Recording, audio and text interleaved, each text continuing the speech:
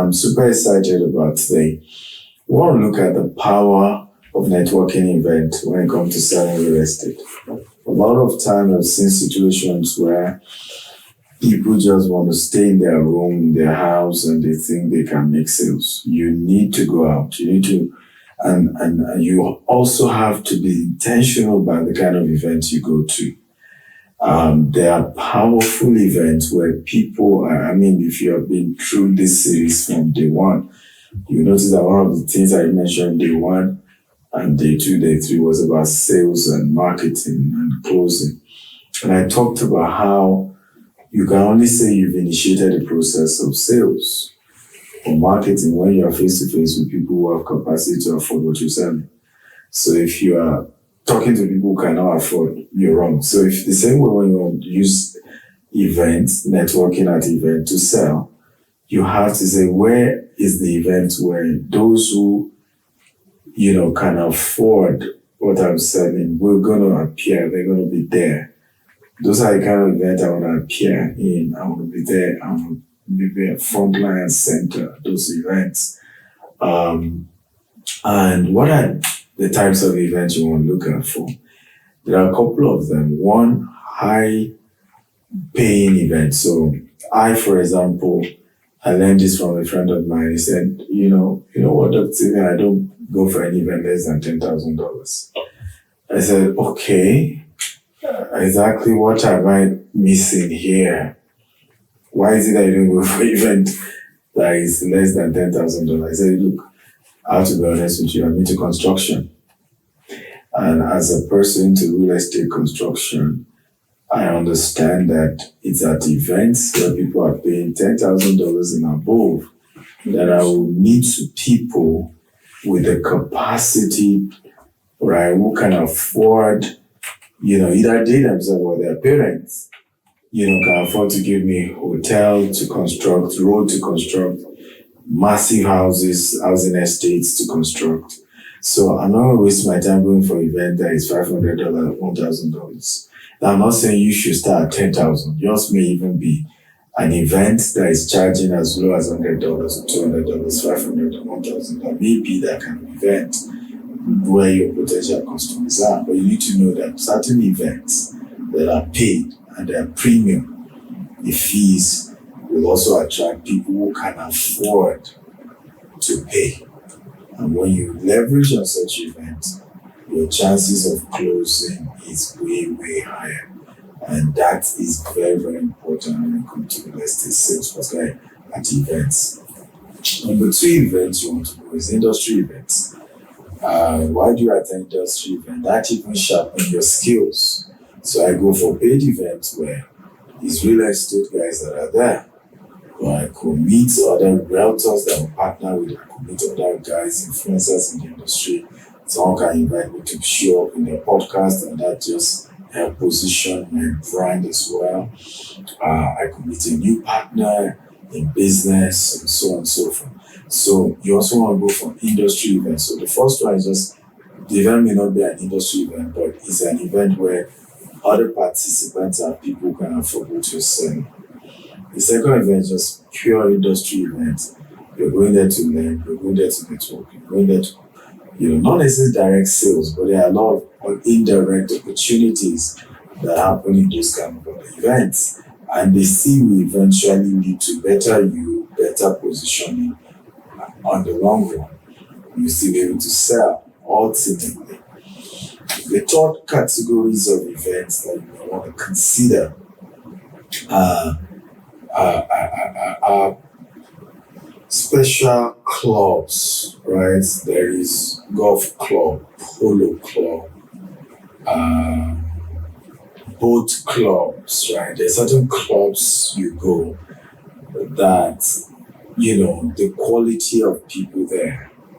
It may be games, but the quality of people there and the fact that you both play the same type of game, the business opportunity is endless. Tremendous. And you want to do this assignment. This is my first assignment for all of you today. Make out a list of events in the remaining 15 days of of this challenge that you're going to attend. And you're going to attend intentionally. You have to be intentional. You're going to attend intentionally. You're going to attend with the right goals, right mindset, right intentions. You know what you're trying to do clearly, and you're going for the kill. And these are very, very important. The last one I'm going to talk about are specialized small dinners or breakfast. Now, this is not somebody else's event, it's your event where you're inviting people for breakfast with you. Maybe 2, 3 people, 5 people, industry people. But you want to do that.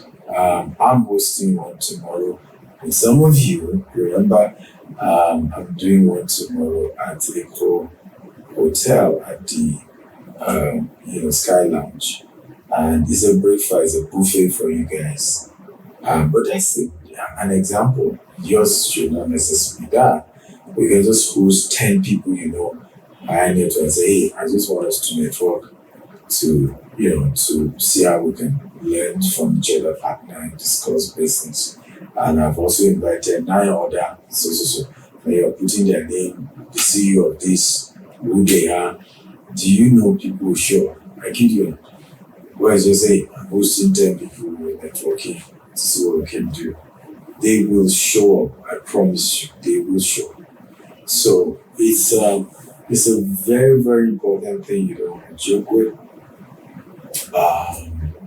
And I've leveraged on things like this to grow my business, right? And I've worked on it, specialized meetings. Sometimes just one person I invited for dinner or lunch, and the richness of those conversations. Sometimes we'll just discuss, okay, we'll partner in this area, we'll work together in this area, we'll do this together, we'll do that, we'll do this, and it's just so robust. The advantages and the opportunities that come from it. So, guys, do not joke in any way with events that allow you to network, that allow you to create partnership, that allow you to create opportunities. So, make a list, and I want you to get minimum 5 events that you're still going to attend between now and the end of this challenge to network, to look for potential customers. 5. The second thing, I want you to organize at least 1 event between now and the end of this challenge. 1, whether you're inviting 2 people, 3 people, 10 people, at least 1, or it's even 1 person. And make sure you so maximize that special breakfast or dinner. Yeah, pay for the breakfast, pay for the lunch, pay for the dinner. But there's so much that will happen from those things, okay? I hope you've learned from this day 15th. I hope you practice it. Don't forget to keep calling all 30 people. Then let 50 people pick your call per day in this challenge. Enter DM of at least 250 people, right? WhatsApp, LinkedIn. Just disturb them about who you are, what you're selling. I promise you, you have a lot to do. You'll close so much. And by the way, those of you who attended the dinner I hosted, the first weekend, the second weekend, how did it go?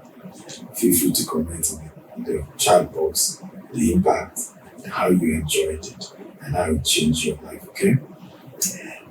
Once again, thank you for being part of this amazing challenge. I hope you're inspired. I hope you're pushing everything you can to meet up to the goals and the challenge. Remember, somebody will win a car. Are you happy to know we already have 2 winners of all expense paid trip to Dubai? Yes, in March. Already from this challenge, we have 2 people already. Come on. Who else? We still have Doha in April. That somebody will win. We have a car, somebody will win. Hey, this thing is possible. Go for it. I love Dr. Stephen AKINTAYO.